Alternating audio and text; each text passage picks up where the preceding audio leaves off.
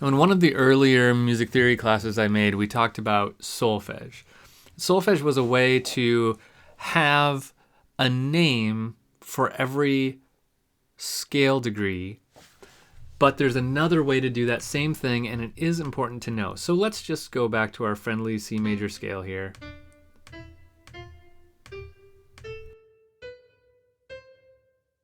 Okay, here I have a good old C major scale. Now, if you remember the solfege, those were words that we used to help us sing the notes in a way where, so the words were do, re, mi, fa, sol, la, ti, do.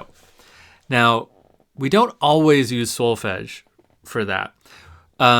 The main difference between solfege and the names of the scale degrees, which is the thing I'm about to tell you about, is that solfege can get confusing because in different parts of the world, solfege is used as the names of the notes themselves. So instead of C, this is called do.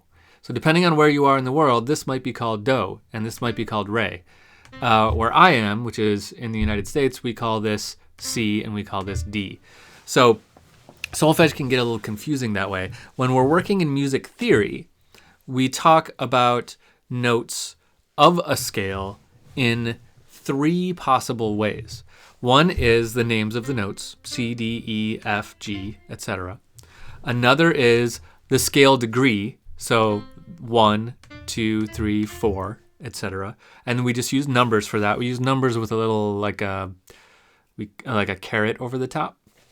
So if you see a number with a little caret over the top, remember that means the scale degree number.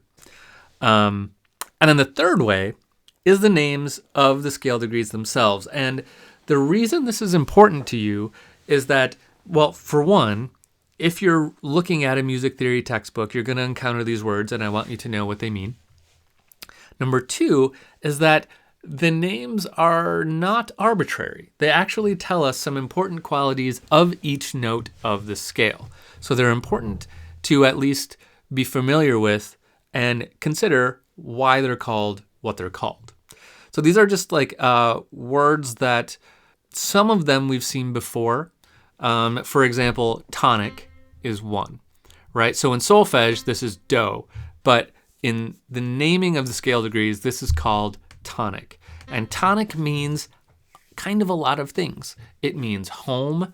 It means the grounding of the scale, of the key. It means the root. It can mean a lot of different things.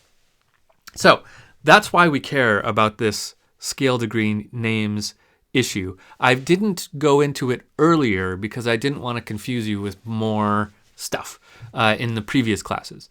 But now it's time we get to know these scale degree names so that we can use them as they come up. Let's break to a new video and then we'll go into what they actually are.